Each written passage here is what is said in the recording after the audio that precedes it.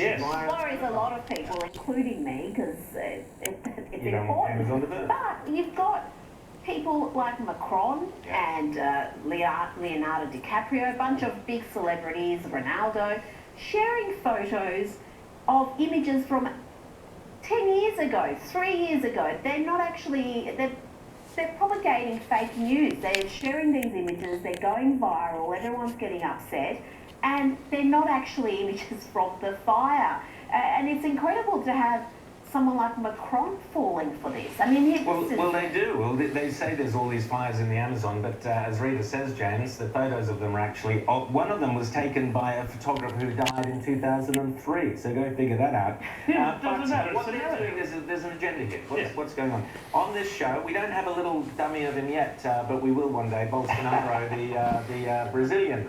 We were pleased when he won power. Because he's a conservative, he bases himself on Trump. They've got to defeat Bolsonaro. He doesn't believe in climate change. He kicked the climate change conference out of Brazil. Because of this, the lobbies have gone, right, let's go for this bloke. So they're saying, oh, the Amazon's burning down, it's all Bolsonaro's fault.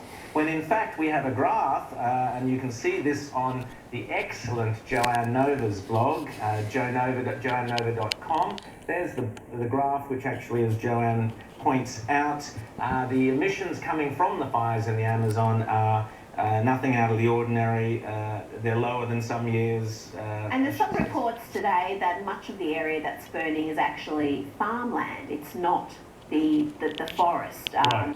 And as we know, forests do burn and they regenerate. So to treat this as the end of times is unwise. But it was weird. They all made this connection with Notre Dame. I don't know, one of them went with that first. When Notre Dame was burning, everybody in the world was talking about it, but the lungs of the world have been burning for weeks and no one cares.